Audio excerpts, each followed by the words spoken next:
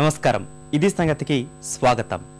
ఇంకొన్ని గంటలు మరో ఏడాది చరిత్రగతుల్లో కలిసిపోవడానికి మిగిలిన క్షణాలివి. మరి ఈ ఏడాది కాలంలో ప్రపంచవ్యాప్తంగా జరిగిన విశేషాల సంగతులేమిటి? అగ్రరాజ్యం అమెరికా నుంచి ప్రపంచ దేశాలకు 2012 మిగిల్చిన జ్ఞాపకాలు ఎలాంటివి?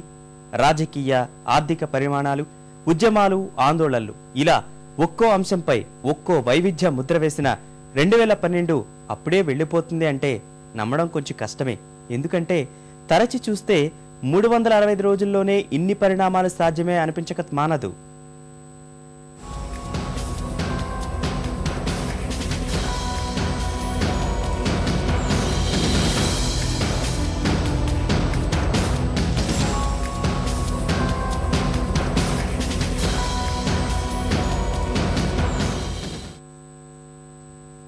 అప్పుడే అయిపోయిందా అనిపిస్తున్న 2012 అంతర్జాతీయంగా ఎన్నో కీలక ఘట్టాలకు వేదిక అయింది.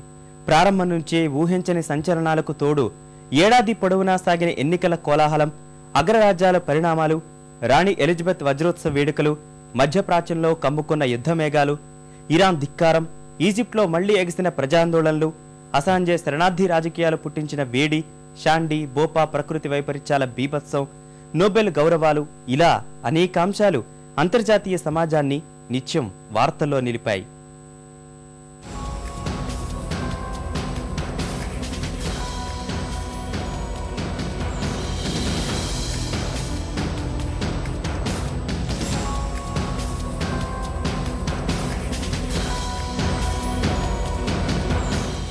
ప్రపంచ వార్తల్లో 2012ది ఎంతో ప్రత్యేక స్థానమని చెప్పాలి. ఏడాది ప్రారంభంలోనే జనవరి 23న ఇరాన్పై ఐరోపా సమాఖ్య ఆంక్షలతో మొదలైన సంచలనాల సందడి వాడి వేడి ఏడాది చివరి వరకు అలానే కొనసాగాయి. ఇరాన్ అణు కార్యక్రమాన్ని నిరసిస్తూ EU తీసుకున్న నిర్ణయానికి అమెరికా మద్దతు పలకడం, ఇరాన్ ధిక్కారం, ప్రతిగా సంకీర్ణ సేనలు దాడులకు తెగబడనున్నాయన్న వార్తలతో ఒక దశలో యుద్ధమేఘాలే కమ్ముకున్నాయి. తగ్గట్టుగానే జులై నెలలో హర్మోజ్ జలసంధి వద్ద నెలకొని ఉన్న ఉద్రిక్త వాతావరణం అంతర్జాతీయంగా కలకలం రేపింది. ఇదే సమయంలో ఫిబ్రవరిలో బ్రిటన్, ఫ్రాన్స్లకు చమురు ఎగుమతులు నిలిపివేసిన ఇరాన్ ఆంక్షలపై తన తీవ్ర అసంతృప్తిని వెళ్లగక్కింది.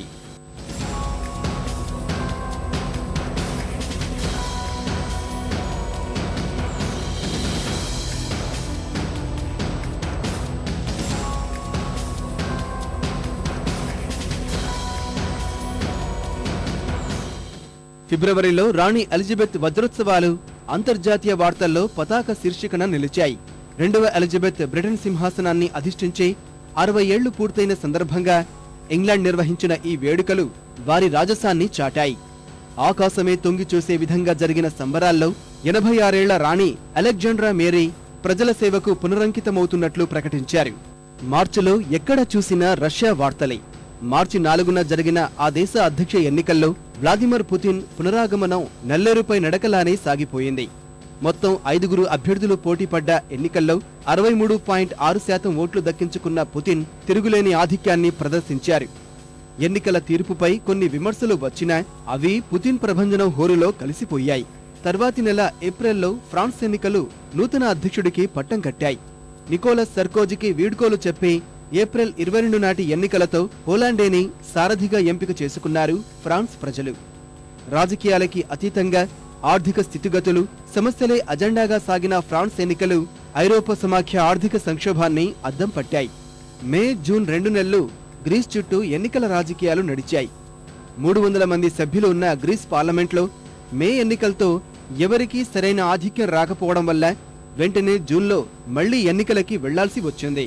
దీని తర్వాత కార్లోస్ పపోలియస్ అధ్యక్షునిగా కొత్త ప్రభుత్వం కొలువుదీరింది. అనంతరం అందిన ఉద్దీపనలతో గ్రీస్ నావా ఇప్పుడిప్పుడే కాస్త చక్కబడుతోంది. 2012కి మరో విశేషమేమిటంటే ప్రపంచంలోని 3 దిగ్గజ దేశాల్లో కొత్త ప్రభుత్వాలు. ఆర్థిక వ్యవస్థల పరంగా మొదటి 3 స్థానాల్లో ఉన్న అమెరికా, చైనా, జపాన్లకు కొద్ది రోజుల వ్యవధిలోనే ఈ పరిణామాలు చోటు చేసుకోవడం కాకతాళీయమే కావచ్చు. నవంబర్ 5వ తేదీన జరిగిన అమెరికా అధ్యక్ష ఎన్నికల్లో 2వసారి అధ్యక్షుడిగా విజయం సాధించారు ఒబామా. హోరాహోరీ అనుకున్న పోరులో ప్రత్యర్థి మిట్ రోమ్నీని మట్టి కరిపించి తిరుగులేని వ్యూహకర్తగా ప్రశంసలందుకున్నారు.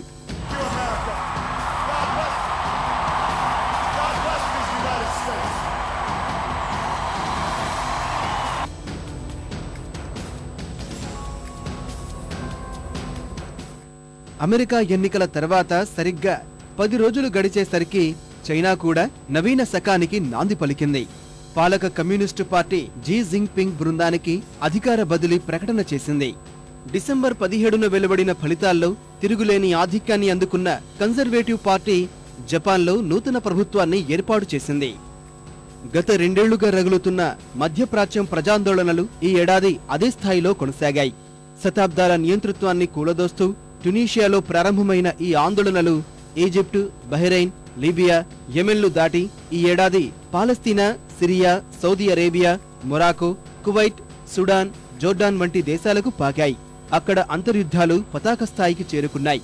నూతన అధ్యక్షుడు మోర్సీకి వ్యతిరేకంగా ఈజిప్టులో చెలరేగిన ప్రజాగ్రహం సెగలు కక్కుతూనే ఉంది. మరోవైపు పాలస్తీనాపై ఇజ్రాయెల్ ఏకపక్షంగా దాడులకు తెగబడి బాంబుల వర్షం కురిపించడం అంతర్జాతీయంగా వివాదాస్పదమైంది. నవంబర్లో మొదలైన ఆ యుద్ధ వాతావరణం ఇంకా అలానే కొనసాగుతోంది. ఈ ఉద్రిక్తతలు కొనసాగుతున్న సమయంలోనే ఐక్యరాజ్యసమితి సర్వసభ్య సమావేశంలో పాలస్తీనాకు చారిత్రక విజయం లభించింది. ఐరాసాలో పాలస్తీనాకు పరిశీలక దేశం హోదా దక్కింది.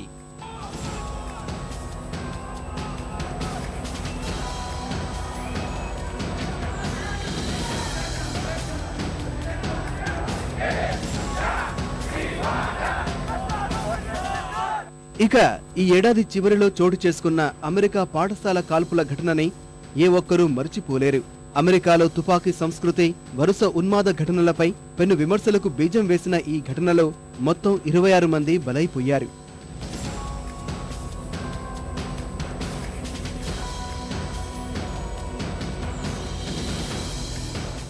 ప్రకృతి వైపరీత్యాల పరంగా చూస్తే ఈ ఏడాది 2 బీభత్సాలు ప్రపంచానికి పీడకలల్ని మిగిల్చాయి.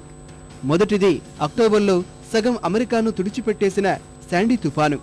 రెండోది ఫిలిప్పైన్స్ ని నామరూపాలు లేకుండా చేసిన బోపా. ఈ 2 జలవిలయాలు భారీగా ఆర్థిక ప్రాణ నష్టాన్ని కలిగించాయి. 2012 డిసెంబర్ 21 యుగాంతమంటూ కొన్నేళ్లుగా జనాల్ని భయపెట్టినా క్షణాల్లో ఏమీ జరగకుండానే కొత్త సంవత్సరానికి స్వాగతం పలుకుతుండడం ఈ ఏడాదికి ఉన్న మరో విశేషం. దక్షిణాసియా శాంతి భారత పురోభివృద్ధి ముఖ్యావసరం.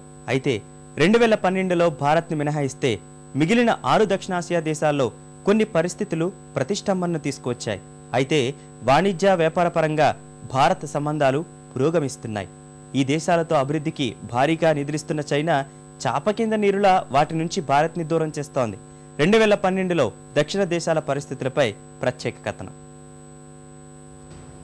2012లో పాకిస్తాన్లో ఊహించని పరిణామాలే జరిగాయి. అధ్యక్షుడు ఆసిఫ్ అలీ జర్దారీ ఎదుర్కొంటున్న ఆదాయానికి మించిన ఆస్తుల కేసు పాకిస్తాన్లో న్యాయ పాలన వ్యవస్థల మధ్య ప్రతిష్టంభనకు దారితీసింది. ఈ కేసులను మూసేయాలని స్విట్జర్లాండ్ ప్రభుత్వానికి రాసిన లేఖను ప్రధాని యూసఫ్ రజా గిలానీ వెనక్కి తీసుకోకపోవడం వివాదానికి బీజం వేసింది. ఈ మేరకు కోర్టు ధిక్కారణ కేసు కింద 30 సెకండ్ల పాటు బోనులో నిలబడాలని ఏప్రిల్ 26న సుప్రీంకోర్టు శిక్ష విధించింది. పాకిస్తాన్ చరిత్రలో శిక్ష పడిన తొలి ప్రధానిగా గిలానీ నిలిచిపోయారు. కోర్టు శిక్ష అనుభవించిన వ్యక్తి ప్రధాని పదవికి అనర్హుడని సుప్రీంకోర్టు స్పష్టం చేయడంతో రాజీనామా చేశారు. రాజా పర్వేజ్ అష్రఫ్ పాకిస్తాన్ 25వ ప్రధానిగా బాధ్యతలు చేపట్టారు. తన కుమారుడిని కేసుల్లో ఇరికించేందుకు ప్రయత్నించినప్పటికీ నిష్పక్షపాతంగా వ్యవహరించిన సుప్రీంకోర్టు ప్రధాన న్యాయమూర్తి జస్టిస్ ఇఫ్తికార్ చౌదరికి పాకిస్తాన్ న్యాయ వ్యవస్థలో మార్గదర్శిగా మారారు.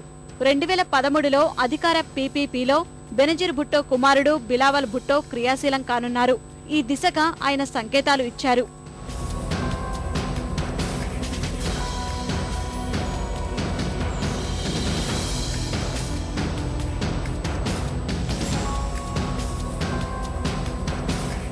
పాకిస్తాన్లో ఉగ్రవాద దాడులు ఈ ఏడాది బీభత్సాన్ని సృష్టించాయి. ఏకంగా సైనిక వైమానిక స్థావరాలు లక్ష్యంగా దాడులు జరిపిన తాలిబాన్ ఉగ్రవాదులు తమ ఉద్దేశాన్ని చాటారు. కరాచీ, లాహోర్, రావల్పిండి, ఇస్లామాబాద్లలో ఆత్మాహుతి దాడులు, కాల్పులు జరిగాయి. ఈ ఘటనల్లో 10ల సంఖ్యలో ప్రజలు మృతి చెందారు. కొందరు కీలక నేతలు సైతం ప్రాణాలు కోల్పోయారు. సరిహద్దుల్లో జవాన్లకు తాలిబాన్ల మధ్య కాల్పులు నిత్యం కొనసాగుతున్నాయి.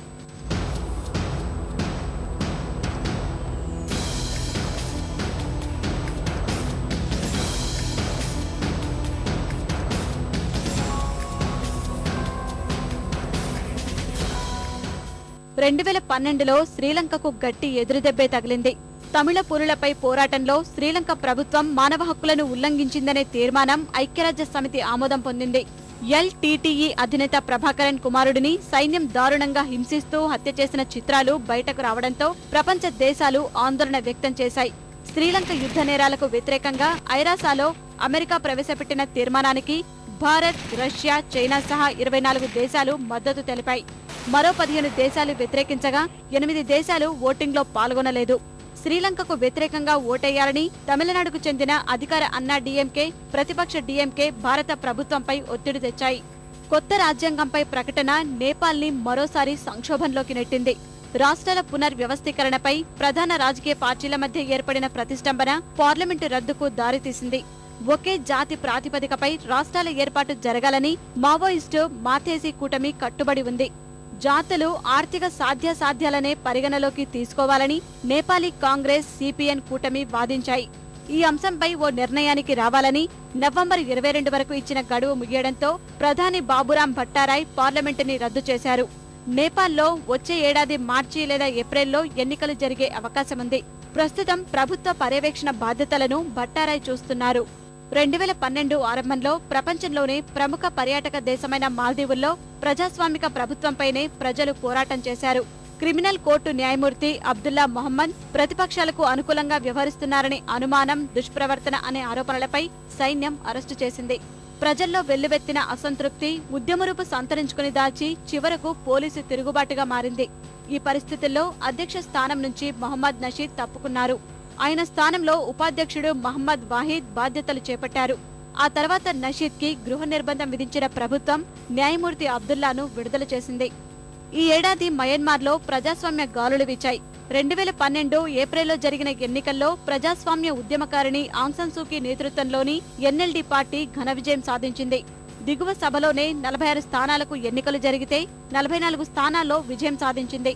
సార్వత్రిక ఎన్నికల్లోనూ విజయం సాధించి అధ్యక్షపీఠం ఎక్కేందుకు సూకీ అంగీకరిస్తే తనకు అభ్యంతరం లేదని సైనిక ప్రభుత్వం అధ్యక్షుడు థెయిన్ సెయిన్ స్పష్టం చేశారు. మయన్మార్కి యూరోపియన్ యూనియన్ 100 మిలియన్ల రుణాన్ని ఇచ్చింది. ఆ దేశంలో వస్తున్న మార్పులను స్నేహహస్తంతో అమెరికా ఆహ్వానించింది. బంగ్లాదేశ్లో విపక్ష జమాతే ఈ ఇస్లాం ఆ పార్టీ నేత మౌతీర్ రెహమాన్ నిజామీపై యుద్ధ నేరాభియోగాలు నమోదయ్యాయి. 1971లో స్వాతంత్ర్య సంగ్రామంలో పాకిస్తాన్కి సహకరించినట్లు ప్రభుత్వ విచారణ కమిటీ ఆరోపించింది. అక్టోబర్లో 2 వర్గాల మధ్య హింస చెలరేగింది. ఇవి ఓ వ్యూహం ప్రకారమే జరిగాయని ప్రభుత్వం ఆరోపించింది. భారత విదేశాంగ విధానం దక్షిణాసియా దేశాలతో సంబంధాలను కొంతమేర పటిష్టపరిచేందుకు ఉపయోగపడింది. వర్తక, వాణిజ్యపరంగా పాకిస్తాన్తో కీలక ఒప్పందాలు కుదిరాయి. మయన్మార్లో పర్యటించిన ప్రధాని మన్మోహన్ సింగ్ ఇరు దేశాల సంబంధాలను సుదృఢం చేసుకునే దిశలో ఒప్పందాలు చేసుకున్నారు. అయితే మాల్దీవులు ప్రభుత్వం జీఎంఆర్ఓతో విమానాశ్రయ నిర్మాణ ఒప్పందాన్ని రద్దు చేసుకోవడం ఇరు దేశాల సంబంధాలను ఇరుకున పెట్టాయి. భారత్కి వ్యతిరేకంగా వచ్చే ఏ అవకాశాన్ని వదులుకోని చైనా, పాకిస్తాన్, శ్రీలంక, మాల్దీవులు, మయన్మార్లకు భారీ ఆర్థిక సహకారం అందిస్తూ సంబంధాలను పెంపొందించుకుంటోంది. దక్షిణ చైనా సముద్రంలో పట్టు కోసం చైనా చేస్తున్న ప్రయత్నాలు హిందూ మహాసముద్రంలో ఉద్రిక్తతలను సృష్టిస్తోంది. వియత్నాంతో వ్యూహాత్మక ఒప్పందాలు చేసుకుంటున్న భారత్ ఈ విషయంలో మాత్రం చైనాపై పైచేయి సాధించింది.